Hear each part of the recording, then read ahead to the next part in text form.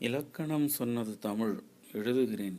இனிப்பைச் சொன்னது தேன் சுவைக்கிறேன். கவிதை சொன்னது மழை ரசிக்கிறேன். கதைகள் சொன்னது பழமை வியக்கிறேன். வாசம் சொன்னது பூ சுகிக்கிறேன்.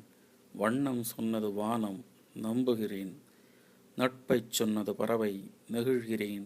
நடக்கச் சொன்னது நதி உழைக்கிறேன். நேசம் சொன்னது நிலம் திளைக்கிறேன். நிசத்தைச் சொன்னது தீ நிமிருகிறேன். மென்மை சொன்னது தென்றல் லயிக்கிறேன். மயங்கச் சொன்னது இரவு உறங்குகிறேன். சேர்க்கை சொன்னது விலங்கு சிரிக்கிறேன். சீற்றம் சொன்னது புயல் சிந்திக்கிறேன்.